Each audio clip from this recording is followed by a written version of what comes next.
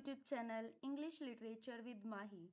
आज हम लोग करने वाले हैं एस्ट्रोफिल एंड स्टेला वर्क के अंदर लिखी गई second sonnet not at first sight nor with a dribbed shot by Sir Philip Sydney.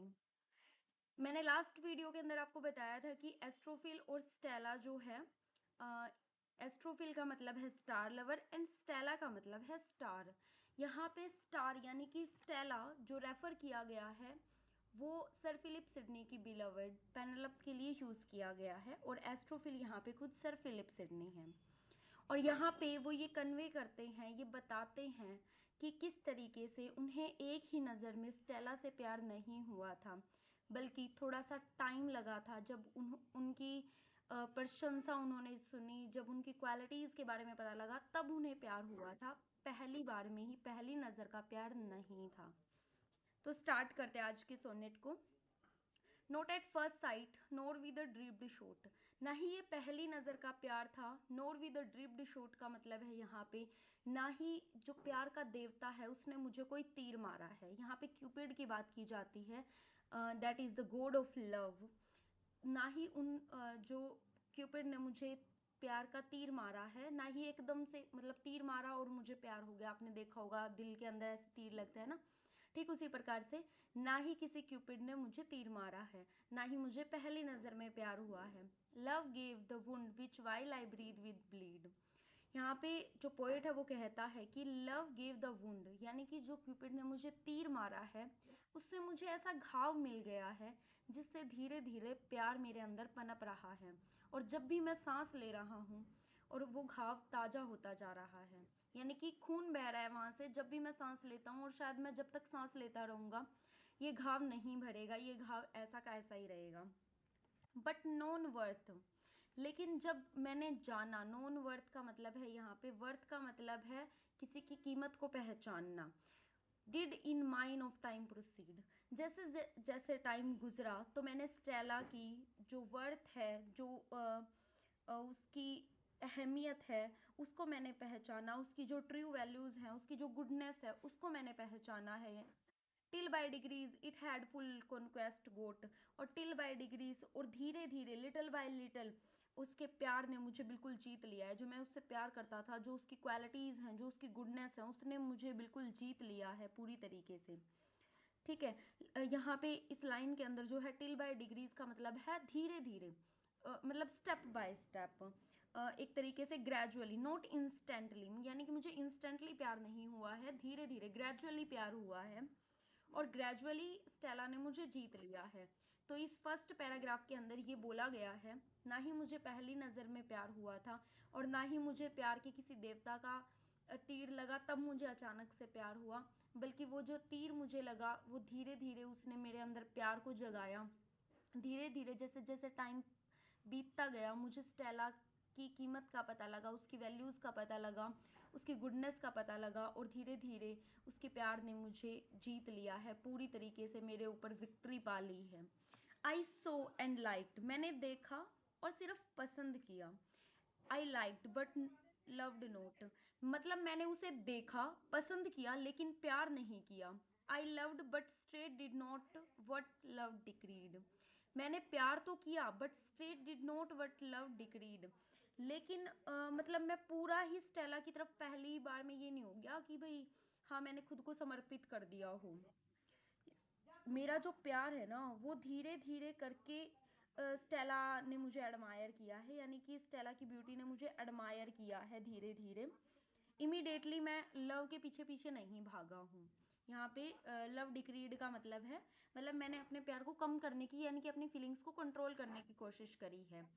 I loved, मैंने प्यार तो किया, but straight did not what love decreed का मतलब है यहाँ पे मैंने प्यार किया लेकिन मैंने अपनी फीलिंग्स को कंट्रोल करके रखा, मैंने अपने प्यार को डिक्रीड किया, कम किया, एक ऑर्डर में रखा।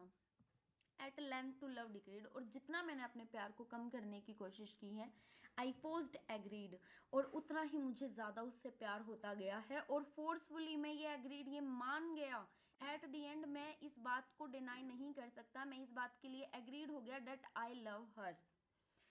Yet repining at so partial lot, yet repining yet with repining का मतलब है, यहाँ पे रिपाइनिंग का मतलब है कंप्लेन करना या फिर दुख जताना किसी चीज़ के लिए। पार्शियल अलोट का मतलब है अनफेयर डेस्टिनी के लिए। रिपाइनिंग का मतलब है यहाँ पे कंप्लेन करना या फिर दुख जताना। सो पार्शियल अलोट का मतलब है अनफेयर डेस्टिनी, यानी कि मुझे उससे प्यार तो हो चुका है लेकिन जो मेरी मतलब मैं अनहैप्पी हूँ मेरे फेट के लिए, यानी कि मुझे स्टेला मिली थोड़ी है। मैंने उससे प्यार तो कर लिया लेकिन मुझे स्टेला अभी तक मिली नहीं है, यानी कि जो मेरी डेस्टिनी है ना उसके लिए मैं दुख जताता हूँ कि स्टेला मुझे मिली नहीं है। Now even the foot step of lost liberty, और जो ये पैर हैं यानी कि जो मेरी लॉस्ट लिबर्टी के जो पैर हैं, यानी कि जो मैंने अपनी फ्रीडम खो दी है, अब मुझे ये रियलाइज़ हो रहा है कि उसके प्यार के लिए मैंने खुद की स्वतंत्रता को भी त्याग दिया है, खुद की स्वतंत्रता को भी ख़त्म कर दिया है। एंड नाउ लाइक स्लेव बोर्नी मस्कोट, और अब मैं क्या हो चुका हूँ, स्लेव हो चुका हूँ। यहाँ पे कंपेयर करते हैं स्लेव बोर्नी मस्काउट का मतलब है यहाँ पे मस्को, जो कि जगह है।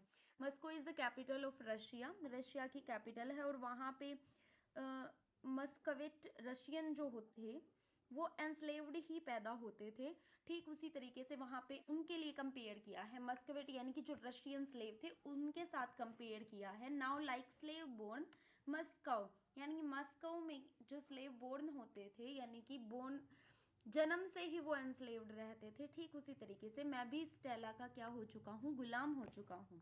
आई praise it, I call it praise to suffer tyranny, और मैं ये कंसिडर करता हूँ, आज से ही मैं ये कंसिडर करता हूँ, ये मानता हूँ कि जो लव है उसके अंदर सफरिंग है, उसके अंदर टायरनी का मतलब है एक तरीके से क्रूएलिटी, आप कह सकते हो कि प्यार बहुत ज़्यादा क्रूअल है और इसके अंदर सफ़र करना पड़ता है। जो प्यार है ना, love's pain become a kind of devotion, आप कह सकते हो कि प्यार के लिए हमें सब कुछ न्यौछावर करना पड़ता है, सफ़र करना पड़ता है, बहुत ज़्यादा दुख सहना पड़ता है, बहुत कुछ सहन करना पड़ता है। And now employ the remnant of my wit, और अब यहाँ पे अपनी इंटेलिजेंस दिखाते हुए यहाँ पे कहते हैं, अभी जो मेरी थोड़ी बहुत विट बची है ना, जो मेरी थोड़ी बहुत भी मेरी बुद्धिमता या मेरा जो तर्क थोड़ा बहुत बचा है, जो मेरा रीज़न है, अब वो थोड़ा बहुत भी नहीं बचा, यानी कि वो भी ख़त्म कर दिया एक तरीके से, वो भी एम्प्लॉयड हो चुका है, वो भी कंज्यूम्ड हो चुका है by love to make myself believe that all is well. और मैं खुद को कन्वेंस करने की ये कोशिश कर रहा हूँ कि जो सफरिंग है ना उसे एक्सेप्ट करता हूँ कि सब कुछ ठीक है, कुछ ज़्यादा कुछ हुआ नहीं है। While with a feeling skill I paint my hell, और शायद इसी सफरिंग के साथ पेंट माई हेल का मतलब है यहाँ पे एक्सप्रेस इमोशनल टॉर्मेंट आर्टिस्टिकली, यानी कि एक तरीके से जिस तरीके से आर्टिस्ट किसी भी चीज़ को अपनी पेंटिंग के अंदर उतार देता है, ठीक उसी तरीके से मैं भी शायद अपने ही दुख को पेंट करने की कोशिश कर रहा हूँ। एक तरीके से अपना जो इमोशनल फीलिंग है मेरी उसको दिखाने की कोशिश कर रहा हूँ। यहाँ पे जो थीम बेसिकली डिस्कस करी गई है इस पोइट्री के अंदर वो यही है कि ग्रेजुअली जो है लव की ग्रोथ हुई है, जो लव है उनको फर्स्ट साइट में नहीं हुआ था। कॉन्फ्लिक्ट दिखाया गया है रीज़न और इमोशन के बीच में, जो कि लास्ट पैराग्राफ में आप देख सकते हो कि किस तरीके से लव डेवलप स्लोली, और यहाँ पे जो एस्ट्रोफिल है ट्राई टू रेजिस्ट लव और सरेंडर कर देता है खुद को, यानी कि उसकी बुद्धिमत्ता एक तरीके से हार जाती है और वो खुद को क्या कर देता है, सरेंडर कर देता है। यहाँ पे एक और चीज़ है, लव एज स्लेवरी भी दिखाया गया है कि प्यार जो है वो एक तरीके से स्लेव बना देता है, जो भी आपकी बिलेवेड है उसके लिए आपको स्लेव बना देता है। सफरिंग दिखाई गई है पोइट्री के अंदर।